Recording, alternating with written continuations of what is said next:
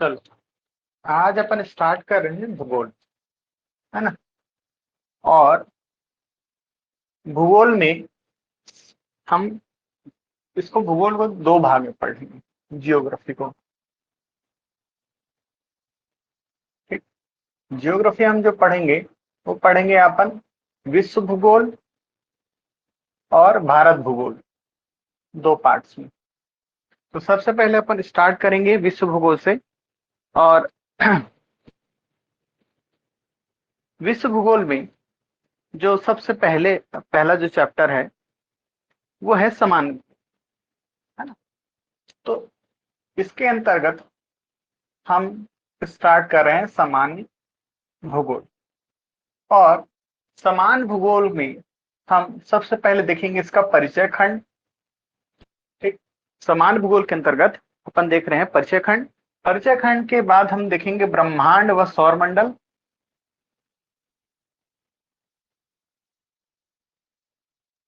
ठीक। उसके बाद हम देखेंगे पृथ्वी की गतियां। पृथ्वी की गतियां। ठीक। फिर इसके बाद हम देखेंगे अक्षांश और देशांतर। अक्षांश व देशांतर। ठीक। इस तरह से हम चैप्टर को आगे बढ़ाएंगे, है ना। फिर हमको पता है कि समान भूगोल, फिर इसको भौतिक भूगोल, है ना। तो इस तरह से हम इसको, फिर मानव भूगोल, इस तरह से हम इसको बांट के पढ़ते हैं ज्योग्राफी को, है ना। तो सबसे पहले चूंकि हम स्टार्ट कर रहे हैं सामान्य भूगोल से, है ना, तो हम अभी से फिलहाल सामान्य भूगोल के बारे में बात करें, है ना। तो सबसे पहले सामान्य भूगोल का परिचय देखेंगे, है ना। फिर उसका देखेंगे ब्रह्मांड व सौरमंडल। उसका देखेंगे पृथ्वी की गतियां। फिर अक्षांश और देशांतर। कुछ इस तरह से हमारा ये सिलेबस चलेगा। ठीक। तो चलिए अपन स्टार्ट करते हैं पहले चैप्टर से। वो है आपका भूगोल में परिचय खंड, है ना। ठीक। तो सामान्य भूगोल के अंतर्गत अपन परिचय खंड से आज स्टार्ट करते हैं। शुरू में क्लासेस थोड़ी स्लो रहेंगी, है ना।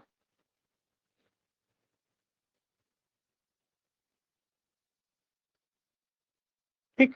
फिर उसके बाद आपका क्लासेस थोड़ा स्पीड अप हो जाएगा, है ना। चलिए, तो भूगोल, सबसे पहले हम इसकी शाब्दिक परिभाषा देखेंगे। शाब्दिक परिभाषा अगर हम देख रहे हैं यहाँ पर, तो हमको यहाँ पर भू और गोल दो शब्द से मिलकर ये बना हुआ है, भू प्लस गोल। भू का अर्थ होता है पृथ्वी धर्म, है ना। और आपका गोलाकार, है ना। तो ये भूगोल जो है ये पृथ्वी के बारे में अध्ययन है, ये बताता है हमें। जबकि ये जो जियोग्राफी वर्ड है ये दो शब्दों से मिलकर बना है, जियो और ग्राफोस। ठीक। जियो और ग्राफोस। जियो का अर्थ होता है पृथ्वी। ठीक। और ग्राफोस का अर्थ होता है अध्ययन या वर्णन। अध्ययन या वर्णन। तो वह विषय जो हमें किसके बारे में बताए, भूगोल अर्थात सॉरी पृथ्वी के बारे में बताए, उसे हम क्या कहेंगे, भूगोल कहेंगे। ठीक।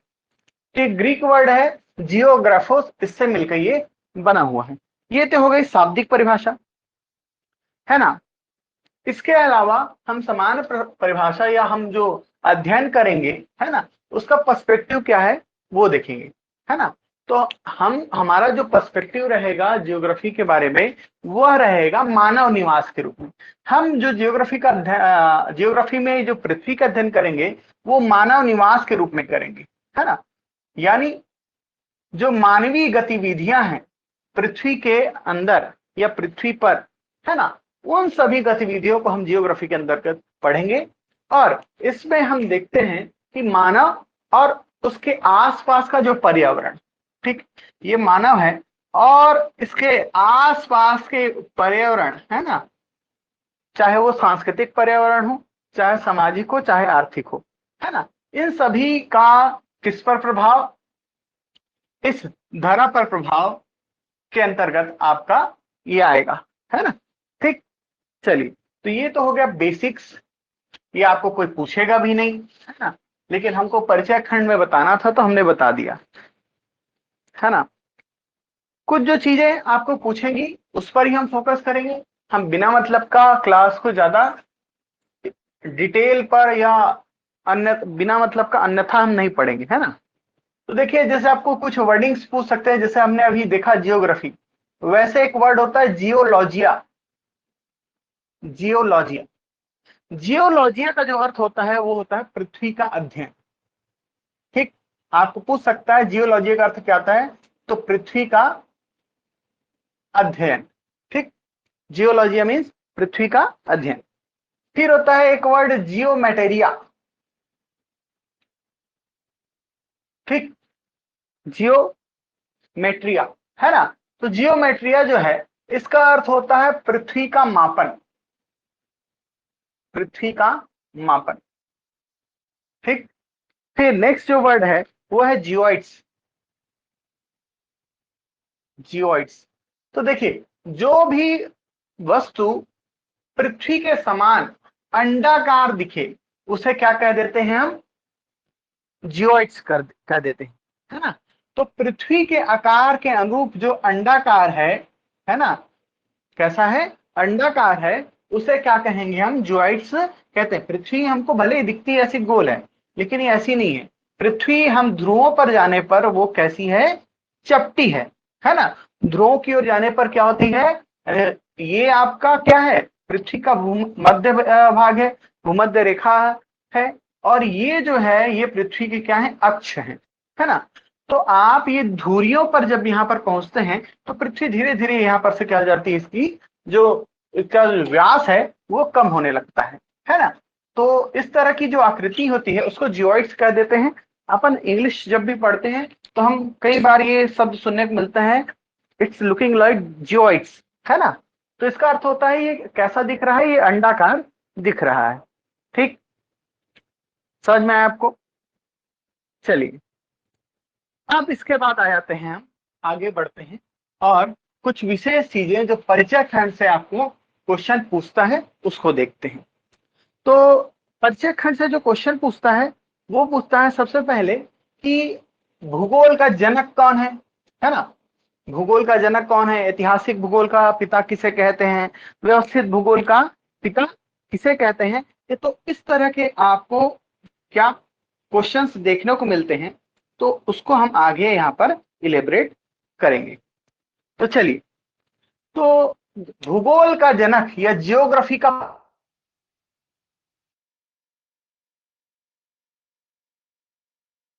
क्या है, आपको पता है क्या। आप लोग माइक ऑन करके बोल भी सकते हैं ना, स्क्रीन पर साइड में माइक दिया हुआ है। ठीक, तो देखो, जियोग्राफी का जनक जो है वो कहते हैं हिकेटियस को। ठीक, किसे कहते हैं, भूगोल कहते हैं किसे, हिकेटियस को। ठीक, क्यों कहते हैं, क्योंकि इसने महाद्वीपीय सिद्धांत दिया था। कौन सा सिद्धांत, महाद्वीपीय सिद्धांत। अब बोलेंगे आप ये महाद्वीप क्या है सर,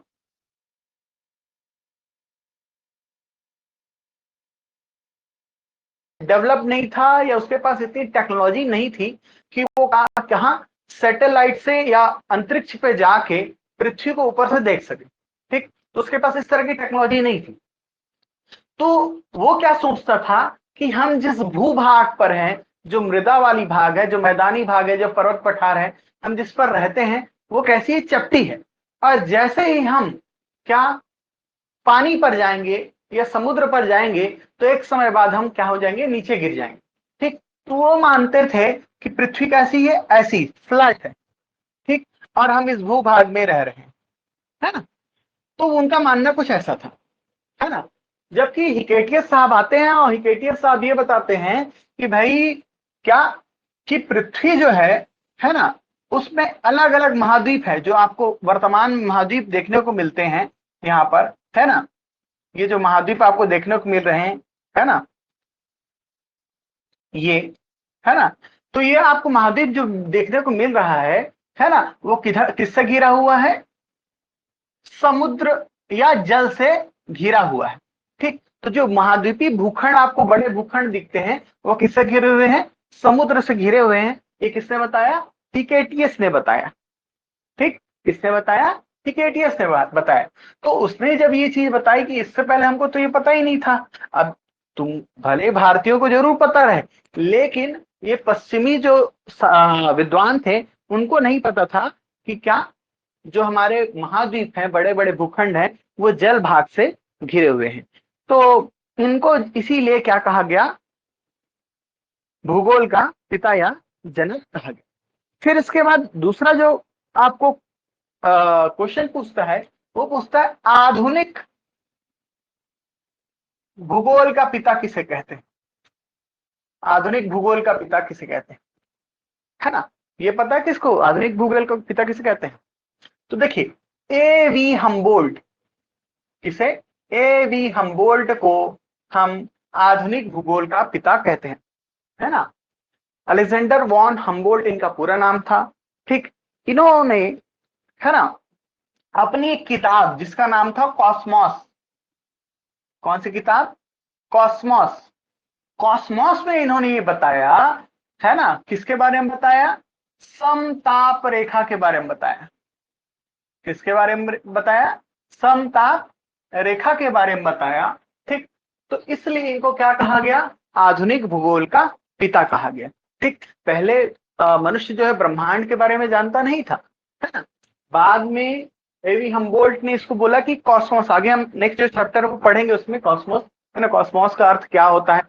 तो कॉस्मोस माने ब्रह्मांड।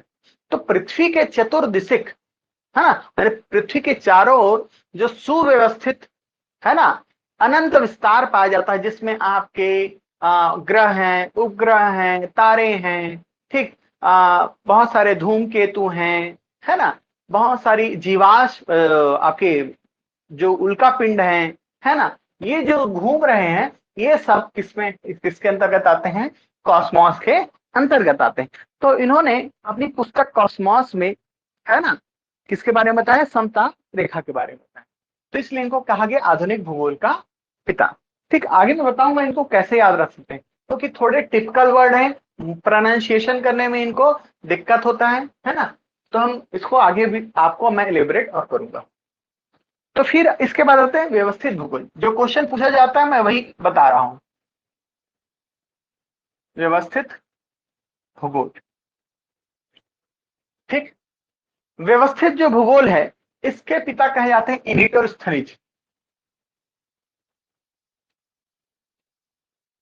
ठीक, इरिटोस्थनीज को व्यवस्थित भूगोल का पिता कहा जाता है। क्यों कहा जाता है? क्योंकि इन्होंने यह जो शब्द है जियोग्राफी शब्द, ये इन्होंने क्या दिया? दिया था इन्होंने, इरिटोस्थनीज ने। तो इनको जियोग्राफी शब्द देने के कारण, है ना, क्या कहा जाता है? व्यवस्थित भूगोल का पिता कहा जाता है। ठीक, तो सामान्यतः आपको ये 3 क्वेश्चन पूछे जाते हैं कि भैया भूगोल का पिता किसे कहते हैं? तो भूगोल का पिता किसे कहते हैं? हम टिकेटियस। किसे कहते हैं? टिकेटियस को कहते हैं। ठीक, आधुनिक भूगोल का किसे पिता किसे कहते हैं? एबी हम्बोल्ट को कहते हैं। व्यवस्थित भूगोल का किसे पिता किसे कहते हैं? इरिटोस्थनीज। अब कैसे याद रखो? व्यवस्थित मीन्स क्या होता है? सिस्टमेटिक, है ना, ऑर्गेनाइज्ड होता है ना। और इकोनॉमी भी कैसी होती है? ऑर्गेनाइज्ड होती है ना। तो ई से इकोनॉमिक या ई से इस्टेब्लिश्ड, है ना, ऐसा कुछ भी वर्ड ले लो, है ना। तो ई से इस्टेब्लिश्ड, है ना, और ई से इरिटोस्थनीज, यानी व्यवस्थित भूगोल का पिता कौन होगा? इरिटोस्थनीज होगा, है ना। क्लियर? चलो, अब देखो, इसके अलावा आपको एक्स्ट्रा में कुछ क्वेश्चन और पूछ सकता है, जैसे ऐतिहासिक भूगोल का पिता किसे कहते हैं? ऐतिहासिक, फोकस आपको इस पे करना है, ये 3 जो मैंने बता दिया उस पर ही, लेकिन फिर भी हम एक्स्ट्रा मान के चलते हैं, है ना। आपको बाय द वे पूछ दिया क्वेश्चन तो आपको पता होना चाहिए। तो जो हिस्टोरिक भूगोल है, ऐतिहासिक भूगोल है ना, हिस्टोरिक जियोग्राफी का पिता किसे कहा जाता है? हेरोडोट्स को। हेरोडोट्स को क्या कहा जाता है? ऐतिहासिक भूगोल का पिता। अब एच से हिस्ट्री और एच से हेरोडोट्स। ठीक, एच से हिस्ट्री और एच से हेरोडोट्स, ठीक है ना। तो ऐतिहासिक भूगोल का पिता किसे कहते हैं हम? हेरोडोट्स को। फिर हमको पूछ देता है कि मानव भूगोल का पिता किसे कहते हैं? ठीक, मानव भूगोल का पिता तो विडाल डी लाब्लास। ठीक, क्या?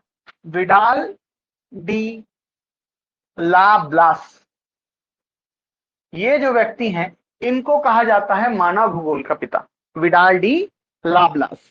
ठीक, फिर भौतिक भूगोल का पिता, भौतिक भूगोल का पिता ये कहा जाता है पोलिडोनियम को। किसे कहा जाता है? पोलिडोनियम। ठीक, तो पोलिडोनियम को क्या कहते हैं हम? भौतिक भूगोल का पिता। ठीक, अब एक बार रिवाइज करें। ठीक, चलिए, तो मेरे तरफ देखिएगा, इसको भूल जाइए। सबसे पहले हम बात करेंगे किसकी? भूगोल के पिता की।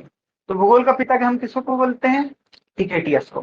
ठीक, भूगोल का पिता हिकेटियस। आधुनिक भूगोल का पिता एवी हम्बोल्ट। कौन है? एवी हम्बोल्ट, एवी हम्बोल्ट। फिर कौन? इतिहास आधुनिक हो गया। व्यवस्थित भूगोल का पिता बचा है। तो व्यवस्थित भूगोल का, व्यवस्थित मीन्स इस्टेब्लिश या इकोनॉमिक, जो भी आप कहना चाहें। ई से इस्टेब्लिश माने व्यवस्थित, तो ई से इरिटो स्थलित। ठीक, क्या? इरिटो स्थलित। तो ध्यान रखिएगा, ये तीन चीजें आपको पता होना चाहिए। हिकेटियस भूगोल का पिता, एवी हम्बोल्ट आधुनिक भूगोल का पिता, व्यवस्थित भूगोल का पिता इटोस्थनीज। इसके बाद हिस्टोरिक माने ऐतिहासिक, एस हिस्टोरिक और एस से हेरोडोट्स। ठीक, फिर मानव भूगोल विडाल डी लाब्लास और भौतिक भूगोल पोलिडोनियम। ठीक, पोलिडोनियम ऐसा लग रहा है कोई परमाणु जैसा कोई तत्व है ना, है ना। ठीक, तो इससे इसको याद रखना कि पोलिडोनियम भौतिक भूगोल का है, मानव भूगोल का कौन है? विडाल डी लाब्लास, है ना। ठीक, क्लियर? चलिए, ये तो हो गए आपके जनक, ठीक, जिनसे क्वेश्चंस आते हैं। आप ये क्लास जो है रिकॉर्डेड है, आप चाहे तो बाद में देकर स्क्रीनशॉट करके इसको नोट्स के रूप में उतार भी सकते हैं। ठीक, अब इसके आगे हम देखेंगे क्या? मानचित्र संबंधित। देखो, जियोग्राफी हो और मानचित्र ना हो ये तो संभव ही नहीं, है ना। बिना मानचित्र के आपका जियोग्राफी की कल्पना ही नहीं की जा सकती। तो देखिए, विश्व का जो मानचित्र है ना, विश्व जैसा भी दिखता है आपको, है ना, ये ठीक। तो ये विश्व जो जैसा भी दिखता है, तो ये विश्व मानचित्र का पिता। क्वेश्चन आपको पूछता है कि विश्व मानचित्र का पिता किसे कहते हैं? ठीक, विश्व मानचित्र का पिता किसे कहा जाता है? तो किसे कहा जाता है? अनेक्सिमेंडर को, अनेक्सिमेंडर। ठीक, थोड़ा डिफिकल्ट नेम है, लेकिन आप बार बार प्रैक्टिस करेंगे तो ये बन जाएगा। तो विश्व मानचित्र का पिता कौन है? अनेक्सिमेंडर। ठीक, फिर विश्व एटलस, है ना। एटलस क्या होता है? जब आप मैप को विभिन्न जानकारियों के साथ पढ़ते हैं, जब आप उसमें विभिन्न तरह के फैक्ट ऐड कर देते हैं, तो क्या बन जाता है? एटलस बन जाता है। सामान्य मानचित्र में हमने जैसे ऐड कर दिया कि भाई कहाँ कहाँ पर खनिज मिल रहे हैं, है ना, कहाँ पर कैसा तापमान है, कैसे वन पाए जाते हैं। तो इस तरह की जो कृतियां चीजें हैं, अगर हम मानचित्र में ऐड कर देते हैं तो वो बन जाता है एटलस। तो मार्टिन बैहम जो थे, मार्टिन बैहम, इन्होंने एटलस का आविष्कार किया था। ठीक, अब देखो, नेक्स्ट है कार्टोग्राफी। अभी मैं समझाऊंगा, अब सिर्फ लिखिए आप। कार्टोग्राफी, कार्टोग्राफी अर्थात मानचित्र विज्ञान जिसको बोलते हैं, मानचित्र, मानचित्र कला, है ना, मानचित्र कला, कार्टोग्राफी, है ना। तो मानचित्र बनाने की जो कला है उसको बोलते हैं कार्टोग्राफी। और इस कार्टोग्राफी के जनक हैं आपके क्लॉडियस टॉलमी। कौन है? टॉलमी। ठीक, अब देख इन तीनों को याद कैसे करेंगे, है ना, थोड़ा सा ऑड लगेगा, है ना, मैं जो बोलूंगा, लेकिन भाई हमको अंततः याद करना है चाहे कुछ भी हो। विश्व मानचित्रक पिता अनेक्सिमेंडर। अब देखो पहले लोगों को ये ऊपर से सैटेलाइट से, अब अंतरिक्ष में तो कोई जा नहीं सकता था, उनको पता भी नहीं था। अभी 16वीं शताब्दी 15वीं शताब्दी से पहले की बात है ना। तो लोगों को पता नहीं था कि ये एक्चुअल में मैप यानी जियोग्राफिकल लोकेशंस हैं वो कैसे है, भारत कैसा दिखता है, वर्ल्ड कैसा दिखता है, इस सारी चीजें उनको नहीं पता थी। तो अब देखो विश्व मानचित्र किसी ने बना दिया तो क्या अमेज हो गया होगा, कैसा हो गया होगा, एकदम अमेज, है ना, आश्चर्यचकित हो गया होगा, बोलेगा अरे वाह, है ना, ये तुमने क्या बना दिया, है ना। तो अमेज हो गया, तो अमेज से उसको कनेक्ट करो अनेक्सिमेंडर। ठीक, अमेज्ड और अनेक्सिमेंडर। ठीक, तो विश्व मानचित्र का पिता अनेक्सिमेंडर। फिर जब उसको एटलस एक जगह इकट्ठा करके क्या करेगा, उसको प्रदर्शित करेगा। तो मैं क्लास में जब पढ़ाता था तो मैं इसको बोलता था मार्टिन बैहा, है ना, हम छत्तीसगढ़ी में बोलते हैं बैहा, बैहा माने पागल। ठीक, है ना, समझ में आया? तो कोई पागल ही होगा जब इतने सारे छोटे छोटे फैक्ट्स को वो इकट्ठा करके एक एटलस में मानचित्र में डालेगा, है ना। तो सब इसलिए मैं इसको बोलता था मार्टिन बैहा, है ना। तो मार्टिन बैहम, चूंकि देखो देखो क्या है, ये वर्ड टू वर्ड आपको याद नहीं होते हैं शब्द, है ना। आपको एट द एंड क्या बनाना है, क्वेश्चंस बनाने, हल करने वहां जाके, और ये इनके इन प्रकार आपको सही आंसर मानना है ना। तो हमको मतलब नहीं है कि मार्टिन बैहा और मार्टिन बैहा, अंत में आपको आंसर लेना है। तो अगर इस तरह की फनी चीजों को आप ऐड करेंगे तो हमेशा याद रहता हो। तो मार्टिन बैहम या मार्टिन बैहा और क्या बनाया, एटलस बनाया। क्यों बैहा था वो, क्योंकि उसने मैप में इतनी सारी चीजों को ऐड किया और जो कोई समान बुद्धि का व्यक्ति उस समय सोच नहीं सकता था। तो कुछ भी जो अमेज करे, कुछ अलग करे, उसको पागल बोल देते हैं लोग, है ना। तो एटलस मार्टिन बैहम। फिर है कार्टोग्राफी। कार्टोग्राफी किसको पता है, कहते हैं पता है? मानचित्र बनाने के लिए ना इस तरह के लाइंस खींचे जाते हैं। आप बहुत लोगों को पता होगा, जब भी कोई आप चित्र बनाते हैं तो उस तरह से इस तरह से कुछ क्या खींचते हैं, बॉक्सेस बनाते हैं और उसके अंतर्गत फिर बिंदुओं को मिलाते हैं, है ना। तो ये जो विधा है ना, ये जो विधा है इसको बोलते हैं हम कार्टोग्राफी, मानचित्र कला विज्ञान बोलते हैं एक्चुअल में इसको। ठीक, तो कार्टोग्राफी के जो जनक हैं वो है कौन, क्लाडियस टॉलमी। ठीक, अब विश्व की मानचित्र की बात आ गई, लेकिन भारत के मानचित्र की बात नहीं है, तो भारत के लिए भी रखना पड़ेगा ना। तो भारत, भारतीय मानचित्र, ठीक, क्या, भारतीय मानचित्र का पिता हम कहते हैं जेम्स रेनल को।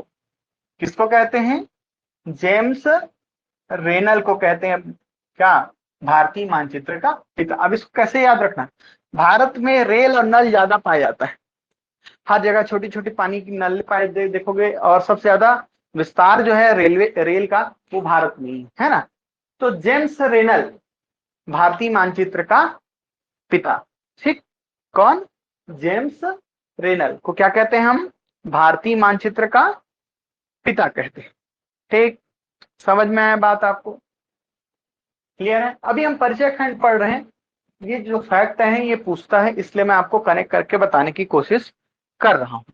ठीक, चलिए अब आगे बढ़ते हैं, और आगे बढ़ते हुए हम कुछ बुक्स के बारे में बात करते हैं जहां से आपको क्वेश्चंस पूछे जाते हैं। ठीक, तो किस राइटर ने कौन सी किताब लिखी थी, ये आपको बहुत बार क्वेश्चन में पूछा गया है। जैसे प्लिनी, है ना, आप जब भी याद करेंगे, है ना, तो पहले राइटर लिखेंगे, उसके बाद उसकी किताब का नाम लिखेंगे। वो एक सिंक होता है, तारतम्य में बैठता है और आपको याद रहता है। तो प्लिनी की जो पुस्तक है उसका नाम है नेचुरल हिस्टोरिका। ठीक, क्या, नेचुरल हिस्टोरिका, ये किसकी किताब है, प्लिनी की, नेचुरल हिस्टोरिका। ठीक, फिर है स्ट्रैबो। स्ट्रैबो, स्ट्रैबो की किताब का नाम है जियोग्राफिका। जियोग्राफिका। ठीक, एक इसकी किताब का नाम है स्ट्रैबो का। फिर है टालमी। ठीक, टालमी की जो किताब है उसका नाम है द जियोग्राफी। ये क्वेश्चन बहुत इंपॉर्टेंट है, आपको सवाल पूछते ही हैं, है ना, ये आपको ध्यान में रखना है। ठीक, मैं कोई भी ऐसा सेक्शन नहीं छोड़ रहा हूं जहां से आपको ऐसा हो कि क्वेश्चंस ना बने। भले ही सिलेबस में बोल दिया जाता है कि क्वेश्चंस नहीं आएंगे, फिर भी वर्तमान में आपका भारत भूगोल से जोड़कर इस तरह के क्वेश्चन आपको पूछा ही जाता है। ठीक, वो भले ही सिलेबस में नहीं दिया रहता, लेकिन आपको इस तरह के क्वेश्चन पूछा ही जाता है। ठीक, तो प्लिनी की नेचुरल हिस्टोरी का, स्ट्रैबो की जियोग्राफी का, और टालमी की द जियोग्राफी, ये उनकी किताब है। इसके अलावा दो इंडियन राइटर्स हैं, इंडियन जो भारतीय विद्वान है ना, उनका भी किताब आपको पूछ सकता है। जैसे सबसे पहले भास्कराचार्य।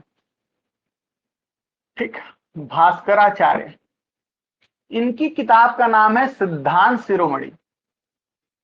सिद्धांत शिरोमणि।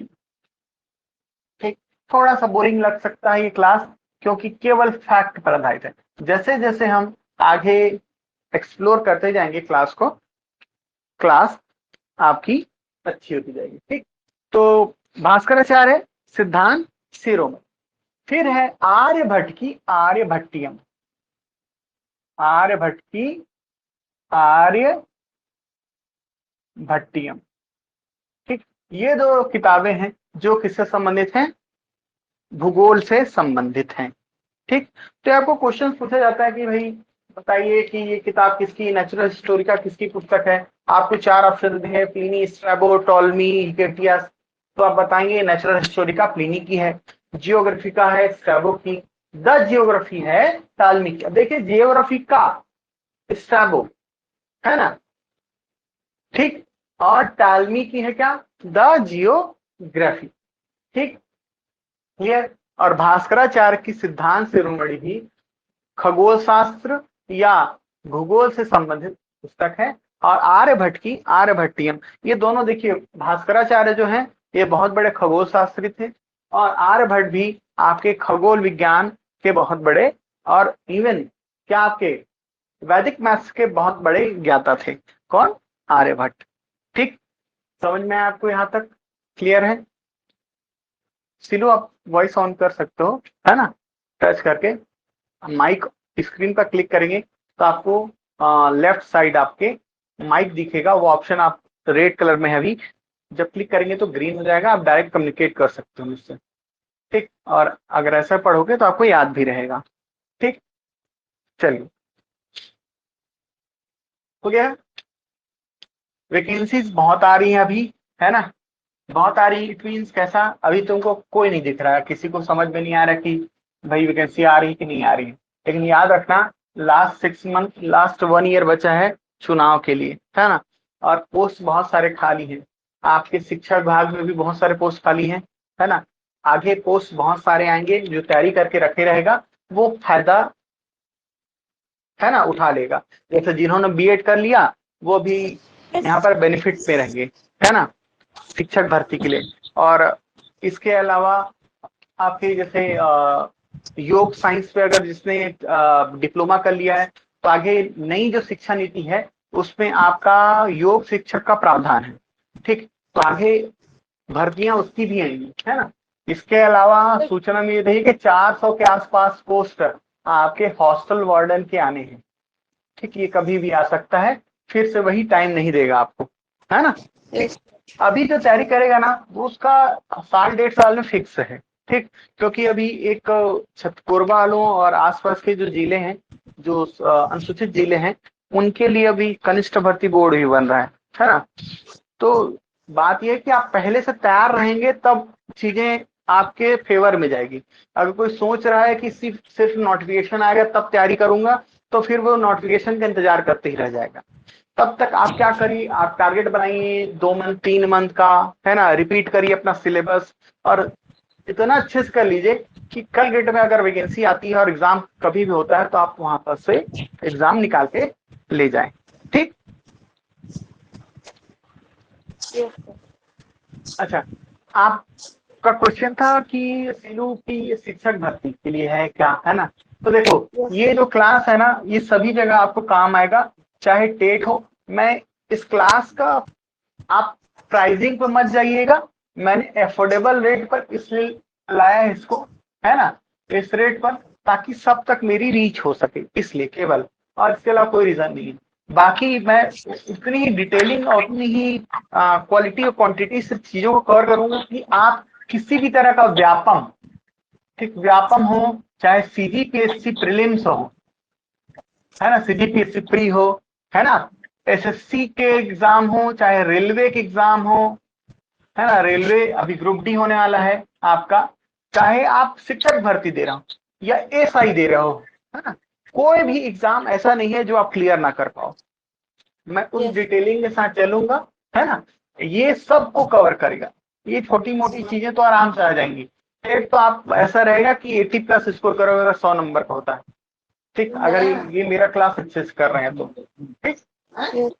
क्योंकि मैं अभी जो हमारा जो बैच चलता है मॉर्निंग वाला, उसमें हम 60% सिलेबस कवर करने के बाद भी हमारे 3 बच्चे वहां पर टॉप 300 में रहे पटवारी में। एक जो महिला कैटेगरी में टॉप 23 में रही, 60% सिलेबस के साथ। अगर, और वो भी उनका रिवीजन नहीं हुआ है, अगर वहीं पर जिस दिन सिलेबस कंप्लीट होगा रिवाइज कर लेगा हर बच्चा, तो आपका पूरे पूरे चांसेस उनके वैकेंसीज आने की।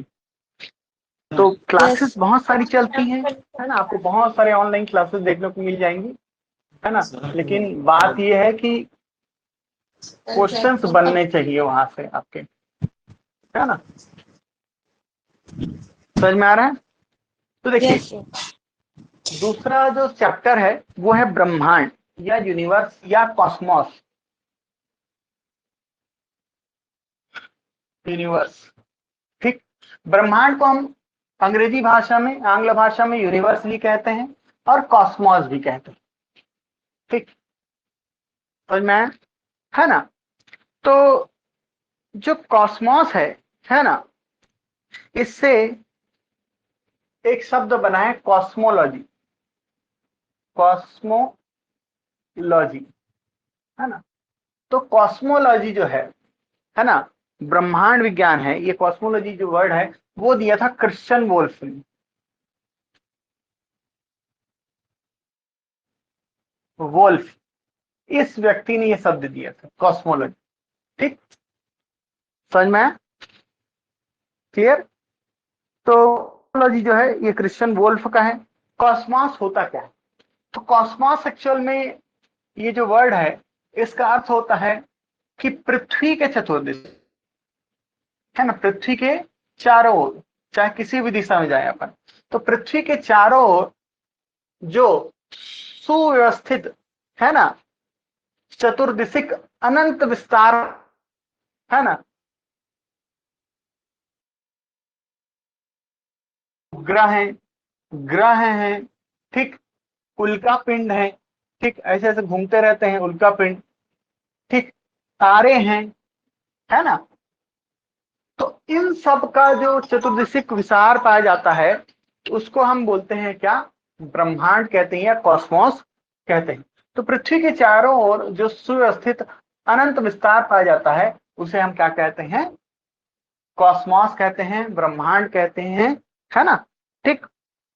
अब देखिए क्या था, पहले मैं बोला ना कि जो प्राचीन जो पश्चिमी विद्वान है उनको ये ज्ञात नहीं था कि पृथ्वी कैसी दिखती है, कैसा है, पृथ्वी घूम रही है तो कैसे घूम रही है, सूर्योदय कैसे होता है, सूर्यास्त कैसे होता है, तो देखो इस सब का ज्ञान नहीं था। तो उनको क्या लगता था, अब एक नॉर्मल पर्सन, आप भी अगर आज की डेट में, है ना, हमको लगता है एक व्यक्ति यहाँ पर खड़ा हुआ है, अब उसको क्या लगता है सूर्य इधर से आता है ना, ये इधर जाते जाते यहाँ पर ये क्या हो जाता है, अस्त हो जाता है, ठीक। तो उसको लगता है मैं तो स्थिर हूं यहाँ पर, ये सूर्य ही ना, है ना, मेरे चारों ओर चक्कर लगाता है, ठीक, यानी मेरे चारों ओर अर्थात पृथ्वी के चारों ओर चक्कर लगाता है। चारों ओर भी नहीं, वो एक और आता है दूसरी ओर चला जाता है। ठीक, ये सोचता है व्यक्ति। ठीक, तो वो स्वयं को क्या मान लेता है, स्थिर मान लेता है, जबकि ऐसा वर्तमान में नहीं है। ठीक, तो इस तरह की जो थ्योरीज थी इसको बोला जाता है जियोसेंट्रिक थ्योरी। दो वर्ड से मिलकर बना है जियो और सेंट्रिक, है ना। जियो का अर्थात आपको पता है क्या, पृथ्वी, और सेंट्रिक अर्थात केंद्र में। तो वह थ्योरी जो यह बताए कि क्या पृथ्वी जो है ब्रह्मांड के क्या ब्रह्मांड के केंद्र में है ना, उसको बोलते हैं जियो सेंट्रिक थ्योरी। ठीक, तो जियो जो सेंट्रिक थ्योरी है उसके अनुसार क्या पृथ्वी स्थिर है और इसके चारों ओर वो सूर्य जो है वो चक्कर लगा रहा है। ठीक, और जियो जो सेंट्रिक थ्योरी है वो दिया टालमी साहब ने। ठीक, इनको नॉलेज वॉलेज तो था नहीं, इनको लगा कि हम तो भैया खाली बैठे हुए हैं यहाँ पर, सूर्य ही मेहनत करता है, इधर आता है सुबह सुबह और शाम को जाके अस्त हो जाता है। ठीक, तो ये जियो सेंट्रिक जो थ्योरी है ये दिया गया किसके द्वारा, टालमी के द्वारा दिया गया। ठीक, फिर उसके बाद आए कॉपरनिकस साहब, बोले अय बुड़बक, है ना, टालमी ऐसा ऐसा कुछ नहीं है ना, ये तुमको लगता है कि तुम स्थिर हो, क्या पृथ्वी सूर्य तुम्हारे ओर चक्कर लगा रहे हैं, है ना। उन्होंने फिर बताया कि भैया पृथ्वी ना जो है ना, वो ब्रह्मांड के केंद्र में नहीं है, ब्रह्मांड के केंद्र में है आपका सूर्य। ठीक, और जो हमारा पृथ्वी है ना वो सूर्य की ओर चक्कर लगा रहा है चारों ओर। ठीक, समझ में आया क्या, सूर्य के चक्कर लगा रहा है पृथ्वी, अब पृथ्वी की परिक्रमा कर रहा है कौन, चंद्रमा। ठीक, तो सूर्य को एक्चुअल में ग्रीक में हेल बोला जाता है, हेल। ठीक, ग्रीक माइथोलॉजी जब जाते हैं तो उसमें हेल कहा जाता है ना, नर्क का द्वार, क्योंकि सूर्य में अगर तुमको वैसे करके ड्रॉप कर दिया जाए तो तुम्हारे अंश भी नहीं बचेंगे, तो एक तरह से क्या है तुम्हारे लिए नर्क के समान है, हेल के समान है। ठीक, तो इसलिए इस थ्योरी को बोला गया हेलियोसेंट्रिक थ्योरी।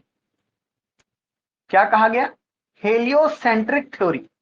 ठीक, हेलियोसेंट्रिक अर्थात जहां पर केंद्र में कौन है, सूर्य है। ठीक, यानी सूर्य ब्रह्मांड के केंद्र में है ना, और पृथ्वी उसका चक्कर लगा रही है, और पृथ्वी का चक्कर कौन लगा रहा है, चंद्रमा। जबकि ये टालमी साहब क्या कहते थे कि चंद्रमा सूर्य पृथ्वी के चक्कर लगाते हैं, तो उनका ये तो कथन ठीक था कि चंद्रमा लगा रहा है भैया, है ना, सूर्य जाता है शाम को चंदा आ जाता है ना, दोनों का ड्यूटी लगा हुआ है, एक डे शिफ्ट कर रहा है, एक नाइट शिफ्ट कर रहा है। ठीक, लेकिन उनकी जो भ्रांति थी उसको क्लियर किया कॉपरनिकस ने। ठीक, तो कॉपरनिकस साहब ने टालमी को सिखाया कि भाई पृथ्वी के केंद्र में सॉरी ब्रह्मांड के केंद्र में पृथ्वी नहीं है, ब्रह्मांड के केंद्र अर्थात हमारे जो सौरमंडल है उसके केंद्र में कौन है, सूर्य है, और सूर्य के चारों ओर पृथ्वी चक्कर लगा रही है। पृथ्वी के चारों ओर कौन घूम रहा है, चंद्रमा घूम रहा है। ठीक, तो इस थ्योरी को बोला गया हेलियोसेंट्रिक।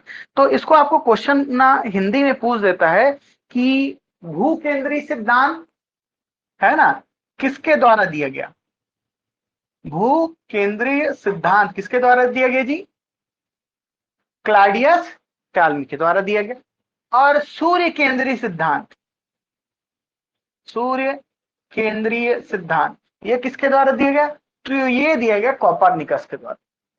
ठीक, किसके द्वारा दिया गया, कॉपरनिकस के द्वारा दिया गया। क्लियर, समझ में आया आपको, भू केंद्रीय जियोसेंट्रिक थ्योरी और हेलियोसेंट्रिक थ्योरी। यहां पर हमने पृथ्वी को केंद्र में रखा था, सूर्य उसके चक्कर लगा रहा था, और यहाँ पर सूर्य केंद्र में है, पृथ्वी उसके चक्कर लगा रहा है। क्लियर है नहीं चीज, कि तो किसने दिया हेलियोसेंट्रिक थ्योरी, कॉपरनिकस, और जियोसेंट्रिक क्लॉडियस टालमी। ठीक, अब ये तो हो गई क्लैरिटी कि कॉपरनिकस भाई साहब आए और उन्होंने क्या बता दिया कि भैया सूर्य केंद्र में है ना, उसका चक्कर लगा रहे हैं। फिर इसके बाद एक सिद्धांत है ग्रही कक्षक। कायदे से तो हम इसको पढ़ते हैं पृथ्वी की गतियां में, है ना, लेकिन चूंकि मैं यहाँ पर आपको ब्रह्मांड के बारे में बता रहा हूं तो मुझको ये बताना भी यहाँ पर आवश्यक है।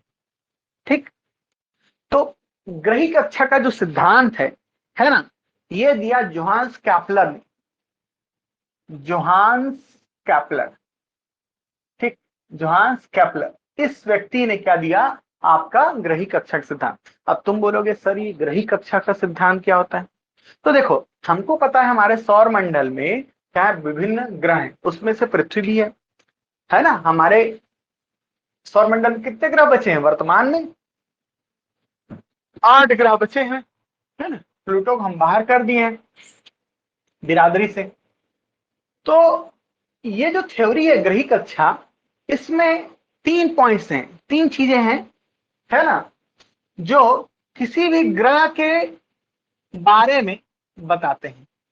ठीक, पहला परिपथ या कक्षा का सिद्धांत, परिपथ या कक्षा।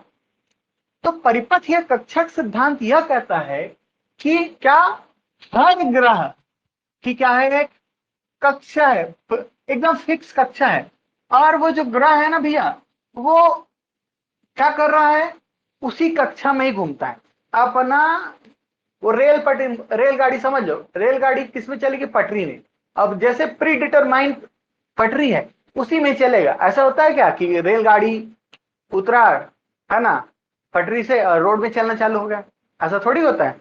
तो ठीक वैसे ही क्या है, ग्रहों की क्या होती है, अपनी एक कक्षा होती है, अपना एक ऑर्बिट होता है ना। इसको बोलते हैं ऑर्बिट। क्या बोलते हैं? ऑर्बिट। खाने वाला ऑर्बिट नहीं, है ना, कक्षा ऑर्बिट, है ना। तो ऑर्बिट भी आप ऐसे खाते थे तो गोला ही होता था ना, है ना। ठीक, तो जो इस तरह का गोलाकार हो, है ना, इसको बोलते हैं ऑर्बिट। तो हर ग्रह की क्या होती है, अपनी कक्षा होती है, परिपथ होता है, और वो हमेशा, है ना, उसी में ही क्या करता है, परिक्रमा करता है। ठीक, दूसरा जो सिद्धांत है वो है क्षेत्रफल का सिद्धांत। ठीक, क्षेत्रफल और वेग का सिद्धांत। ठीक, तो क्षेत्रफल या वेग का सिद्धांत यह कहता है, ठीक, एरियाज लॉ ये कहता है कि कोई कोई ग्रह, अब ये बताया, हमको पता है कि एक ग्रह है जो सूर्य के चारों चक्कर लगा रहा है। तो ये जो क्षेत्रफल का सिद्धांत है, ये बिल्कुल आप ऐसा समझिए कि एक लट्टू को आप रस्सी से बांध दीजिए और ऐसे घुमाइए। ठीक, अब जब घुमाओगे तो जैसे ही आप लट्टू को थोड़ी दूरी में फेंकेंगे तो उसकी जो गति है वो थोड़ी कम होगी और उसका जो परिपथ है वो लंबा हो जाएगा, ठीक, ज्यादा बड़ा हो जाएगा। लेकिन जैसे ही आप रस्सी को खींचेंगे वो तेजी से मूव करने लगेगा। ठीक, करने लगता है, तेजी से मूव करने लगता है, वो बहुत तेजी से घूमेगा। सेम यही क्षेत्रफल या वेग का भी सिद्धांत। ग्रह जैसे ही सूर्य के करीब आते हैं, है ना, ठीक, इस एरिया में, ये जो एरिया है, ये इस एरिया में ग्रह जैसे ही आएगा, है ना, तो उसका जो, है ना, वेग है वो क्या हो जाएगा, बढ़ जाएगा। ठीक, उसकी वेग में क्या हो जाएगी, वृद्धि हो जाएगी। ठीक, और जबकि यही ग्रह अगर यहां पर हो, दूरी पर हो, है ना, यहां पर हो, ठीक, तो उसका क्या होता है, वेग क्या होता है, कम होता है। ठीक, दूसरा जो सिद्धांत है वो क्षेत्रफल या वेग का सिद्धांत है। और आपका तीसरा जो है आवर्त काल का है। ठीक, आवर्त काल का सिद्धांत क्या कहता है, बताइए। बिल्कुल, ये यार तो समझ में आया ना, अगर वो यहाँ पर है ना, और जैसे ही हम उसको खींचना चालू करेंगे यहां से उसकी गति बढ़ जाएगी और यहाँ पर सबसे तेज होगी, बहुत तेज घूमेगा, फिर उसका दिया जाएगा, फिर यहाँ पर इसकी गति क्या होगी, थोड़ी कम हो जाएगी। तो ग्रह जितने दूर जाएगा उसकी कक्षीय गति जो होती है, सॉरी, उसकी जो ऑर्बिटल गति होती है, है ना, वो क्या हो जाती है, कम हो जाती है। ठीक, तो जो जितना पास होगा उतना क्या होगा, वो ज्यादा तेज घूमेगा, और जितना दूर होगा उतना ही उसका वेग कम होगा। फिर आता है आवर्त काल। आवर्त काल का संबंध सीधा सा उसकी गति से है, वेग से। सीधी सी बात है कि अगर आपकी गति अधिक होगी तो समय क्या लगेगा आपको, कम लगेगा, है ना। समझ में आ रहा है ना बात। तो किसी भी जो ग्रह है वो जब भी सूर्य के पास आता है ना, तो पास आता है तो इसका जो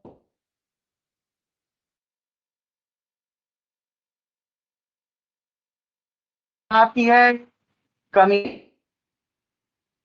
और पृथ्वी की गति, तो हम वहां पर देखेंगे, है ना, कि क्या है परिभ्रमण गति। परिक्रमण गति उसे कहते हैं जब कोई ग्रह किसी दूसरे ग्रह का या पृथ्वी का चक्कर, पृथ्वी हो, ग्रह हो, तारे हो, इसका चक्कर लगा रहे हैं तो परिक्रमा, जैसे शादी में परिक्रमा करते हैं ना, अग्नि की परिक्रमा करते हैं, तो क्या करता है व्यक्ति, किसी दूसरे चीज के चारों ओर घूमना क्या कहला रहा है, परिक्रमा कहला रहा है। और जबकि स्वयं जैसे गोल गोल आप घूम जाते हैं, कोई ग्रह सूर्य के नजदीक जाता है तो उसकी जो परिक्रमण गति है वो बढ़ जाती है, और आपका आवर्त काल में, उसके घूर्णन काल में क्या होता है, कमी आती है। ठीक, तो गति अधिक होगी तो आवर्त काल, ये समय कम लगेगा। और है ना, यानी कहा अगर पास हो सूर्य के, है ना, तो क्या होगा, गति अधिक होगी, समय कम लगेगा। लेकिन अगर ग्रह दूर हैं तो गति क्या हो जाएगी, गति में कमी हो जाएगी और समय क्या लगेगा, यहां पर अधिक लगेगा। ठीक, समझ में आया। तो ये 3 नियम है ग्रही कक्षा के, जो दिया जोहान्स कैप्लर ने। ठीक, किसने दिया, जोहान्स कैप्लर। ठीक, तो ये समझ में आपको ग्रही कक्षा का सिद्धांत, ग्रही कक्षा का सिद्धांत दिया जोहान्स कैप्लर ने। इसमें 3 बातें हैं। एक है, पहला पॉइंट जो है वो परिपथ व कक्षा का सिद्धांत है। इसके अनुसार हर ग्रह की अपनी एक कक्षा होती है और वो उसी में ही क्या करता है, रोटेशन करता है। दूसरा सिद्धांत है क्षेत्रफल या वेग का सिद्धांत। जैसे ही कोई ग्रह सूर्य के नजदीक आते जाता है उसके गति में, वेग में क्या होती है, परिवर्तन होता है, वेग में वृद्धि होती है। और जैसे ही ग्रह सूर्य से दूर जाएगा वैसे उसकी वेग में क्या होता है, कमी आती है। आवर्त काल, आवर्त काल से संबंध सीधा से गति से है। अगर कोई ग्रह सूर्य के करीब है तो उसका आवर्त काल कम होगा, अगर दूर होगा तो उसका आवर्त काल ज्यादा होगा। ठीक, समझ में आया शीलू यहाँ तक। ठीक, चलो आज मैं ज्यादा नहीं ले रहा हूँ, आज क्लास को यही एंड कर रहा हूँ। आगे कल हम इसी चैप्टर 2 से ही पढ़ेंगे, जिसमें ग्रहों की उत्पत्ति का सिद्धांत पढ़ेंगे, है ना। और जहाँ से क्वेश्चन आते हैं आपको मैं बताऊंगा भी कि कैसे ग्रहों की उत्पत्ति होती है, कैसे कोई ग्रह बनता है, कैसे तारों का जन्म होता है, और उससे संबंधित पूरी थ्योरीज देखेंगे, और जो क्वेश्चन पूछे जाते हैं वो भी देखेंगे अपन। ठीक, थैंक यू। ठीक, चलो यहाँ तक समझ में आया आपको। और अच्छा, आप बोल रहे थे शिक्षक भर्ती के लिए, है ना। तो चूंकि शिक्षक भर्ती का मैं क्लास इसलिए अभी, अच्छा कॉमर्स के लिए, स्पेशल सब्जेक्ट के लिए नहीं, कॉमर्स का स्पेशल मैं नहीं ले रहा हूँ, मैं पहले बोल रहा हूँ, है ना। मेरे सब्जेक्ट जरूर कॉमर्स है, लेकिन मेरे पास इतना समय नहीं है कि मैं कॉमर्स के लिए स्पेशल क्लास ले पाऊँ। लेकिन मैं जो बेसिक जो जनरल स्टडीज है, जो कि आपके क्वेश्चंस में जिसका वेटेज बहुत रहेगा, वो मैं जरूर लूंगा, है ना। तो अगर आप उसके उद्देश्य से करेंगे कि जनरल स्टडीज आपको पढ़ना है, जिसमें कंप्यूटर है, हिंदी है, अंग्रेजी है, गणित है, रीजनिंग है ना, समान अध्ययन है, अगर उस दृष्टि से पढ़ेंगे तो आप ये कर लीजिए, आप एक क्वेश्चन बाहर नहीं जाएंगे। ठीक, जब तक दूसरे लोग तैयारी करते रहेंगे तब तक आपका पूरा सिलेबस कंप्लीट हो जाएगा। जब तैयारी करना चालू करेंगे लोग, एक तरफ से आप अपना जो मेन सब्जेक्ट है वो रेडी करते रहिए। ठीक, हाँ, और कोई डाउट होगा तो बताइएगा, है ना। ये आज का क्लास आपको समझ में आया। Yes sir. ठीक, ठीक, तो आज यहीं पर एंड करते हैं, कल से वही टाइम, है ना, क्लास स्टार्ट हो जाएगी। ठीक, चल, गुड नाइट। गुड नाइट, चल, गुड नाइट।